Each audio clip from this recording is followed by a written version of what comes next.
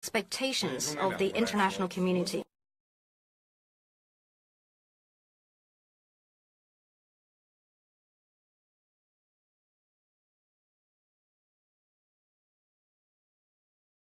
Through mutual visits, meetings, phone calls, and correspondence, with a view to having timely communications on major issues of shared interest.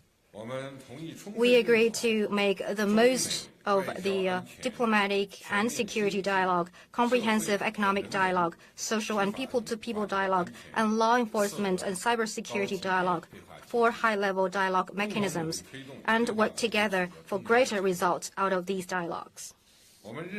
We believe that China and the United States are the 2 largest economies and important engines of global economic growth. We need to further expand trade and investment cooperation, strengthen macroeconomic policy coordination, pursue healthy, stable, and dynamically balanced economic and trade relations. It is necessary to formulate and launch economic cooperation plan for the next phase, to have continued in-depth discussion on trade imbalance, export restrictions, investment environment, market openness, and other issues, and work to support practical cooperation in energy, infrastructure, Belt and Road Initiative, and other areas. Just now, the President and I witnessed the signing of some major cooperation agreements by our businesses. During this visit, the 2 sides signed over $250 billion of commercial deals and 2-way investment agreements. According to China's timetable and roadmap for opening up, China has announced a number of steps to promote market access. This speaks volume of the broad space for further economic and trade cooperation between the 2 countries, which would deliver great benefits to the 2 peoples. We agreed to expand exchange and dialogue between our 2 militaries at various levels, realize at an early date the visit by U.S. Secretary of Defense to China and a senior high-level Chinese military delegation to the U.S., and work to ensure the success of the first joint staff dialogue mechanism and the disaster management joint exercise and academic exchanges. We agreed to strengthen law enforcement and cybersecurity cooperation. The 2 sides reaffirmed that neither wants to become a safe haven for each other's fugitives, and will instruct competent authorities of the 2 countries to actively explore a long-term cooperation mechanism regarding fugitive assets recovery and repatriation of illegal immigrants. The 2 sides will continue the implementation of the 5-point consensus reached in 2015 to enhance cybersecurity cooperation, including the use of the Internet for terrorist purposes and tackling cybercrimes. We will deepen counter-narcotics cooperation and better protect each other's nationals and institutions in their respective countries. As 2 distinctive countries, our 2 sides may have different views or differences on some issues. This is only natural. The key is to properly handle and manage them. There is far more common interest between our 2 countries than differences. It is important to respect each other's sovereignty and territorial integrity, respect each other's choice of development path, and our difference.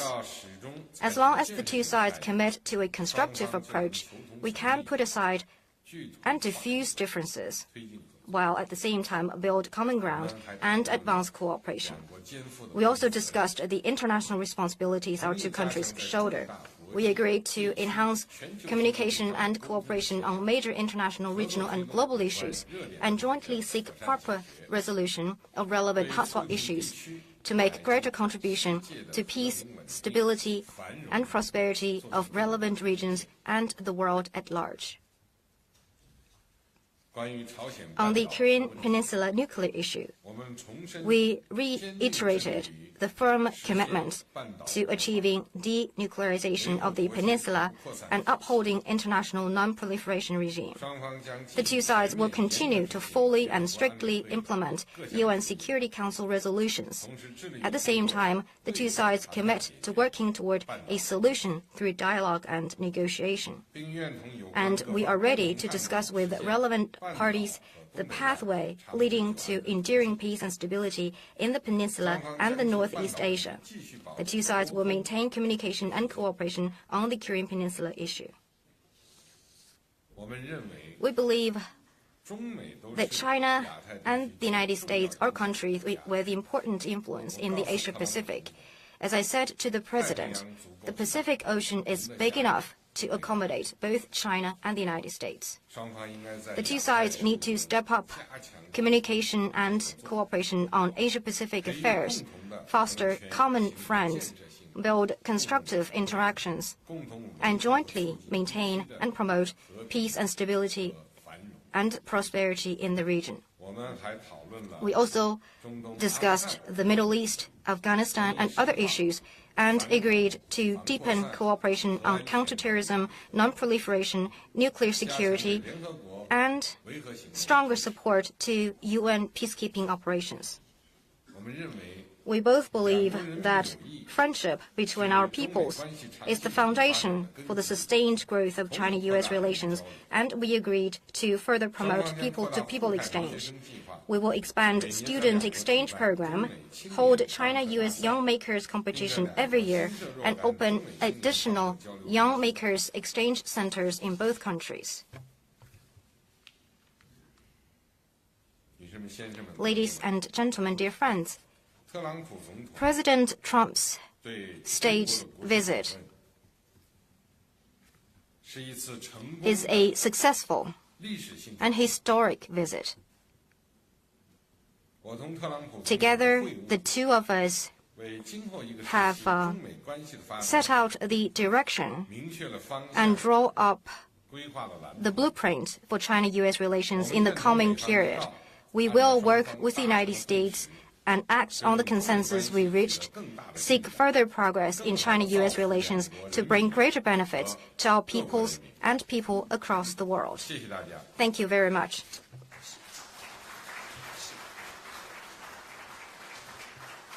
Thank you very much, Your Excellency. Now, President Trump, you have the floor. Thank you. President Xi, I want to thank you for that incredible welcoming ceremony earlier this morning. It was truly memorable and impressive and something I will never forget. Melania and I are honored to visit your country with its ancient history, dynamic people, and thriving culture. I also want to thank you and Madam Ping for a tour that was given to us yesterday of the very majestic Forbidden City. Your people are proud of who they are and what they have built together. And your people are also very proud of you. I want to congratulate you on the recent and very successful 19th Party Congress. Perhaps now more than ever, we have an opportunity to strengthen the relationship between our two countries and improve the lives of our citizens as long as we stand together with others, if necessary, against those who threaten our civilization. That threat will never happen.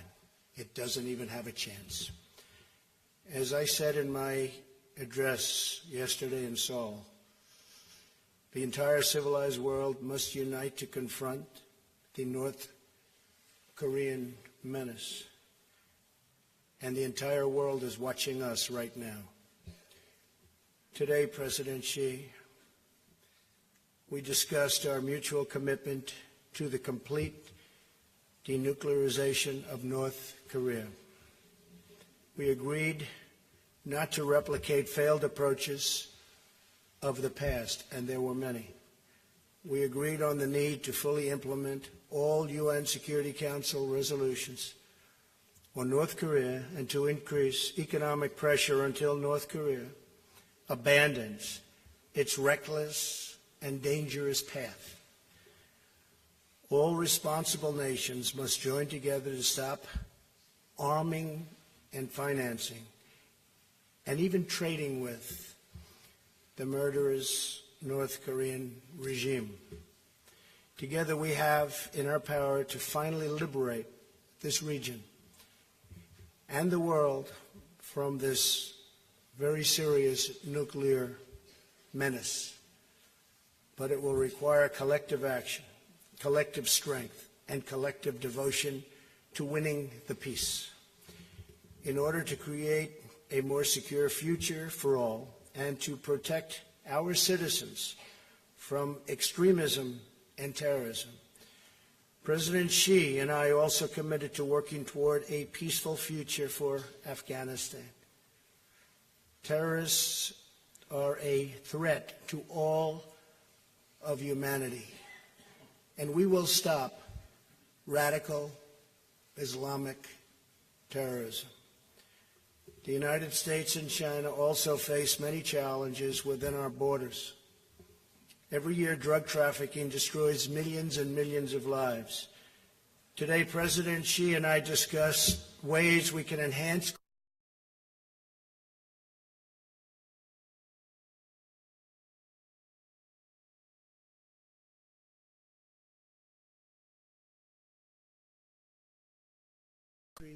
and into our communities. A special emphasis will be placed on the new phenomena, fentanyl, destroying lives by the millions. We're going to be focusing on it very strongly, the President and myself. In addition to improving the safety and security of our citizens, President Xi and I discussed improving our economic relationship. We want a vibrant trade relationship with China. We also want a fair and reciprocal one.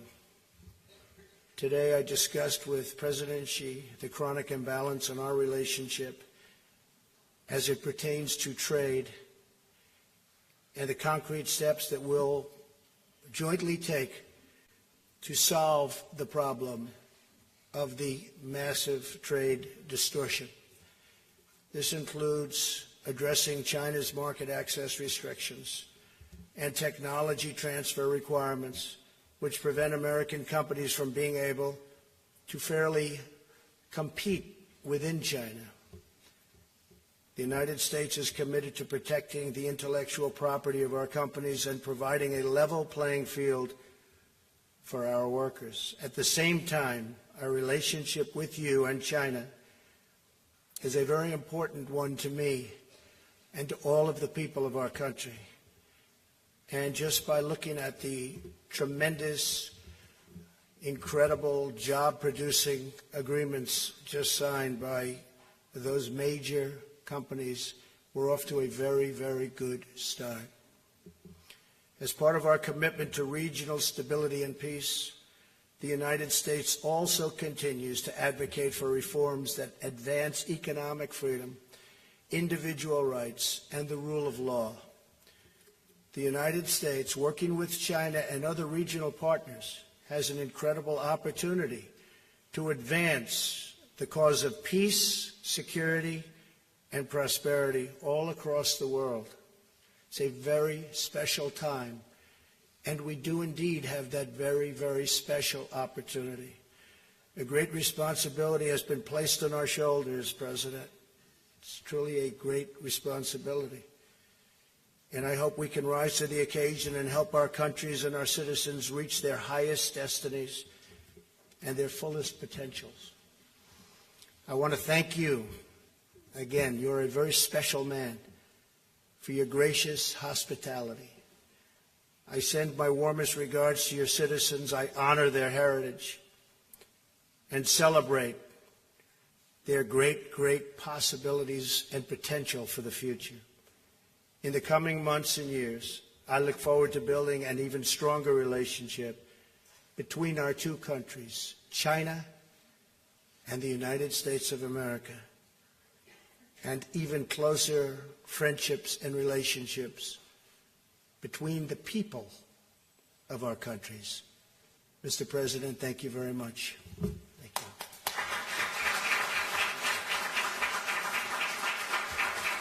谢谢特朗普总统。 Thank you very much. 中美元首 the 共 Honorable 建记者 President. 到此结束， This 谢谢两位元首， concludes 谢谢 this 大家。 event. Thank you.